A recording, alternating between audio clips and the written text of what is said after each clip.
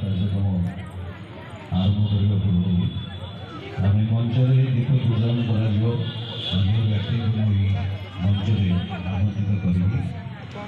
ଆଉ ଫାଷ୍ଟ ଆମେ ଅନ୍ୟ ବ୍ୟକ୍ତିମାନେ ଆସିଛନ୍ତି ତାଙ୍କର ଯୋଗଦାନ କରିବୁ। ସର୍ବପ୍ରଥମେ ଜାଗମର ଗ୍ରାମ କମିଟି ପ୍ରେସିଡେଣ୍ଟ ଶ୍ରୀଯୁକ୍ତ ଦିଲ୍ଲୀପ ମହାନ୍ତିଙ୍କୁ ମୁଁ ଅନୁରୋଧ କରିବି ମଞ୍ଚକୁ ଆସିବେ, ତାଙ୍କ ପାଇଁ ଯୋରଦାର କରିପାରିବୁ। सेक्रेटरी शशिकांत मंत्री से अनुरोध करेंगे मंच को आसवे।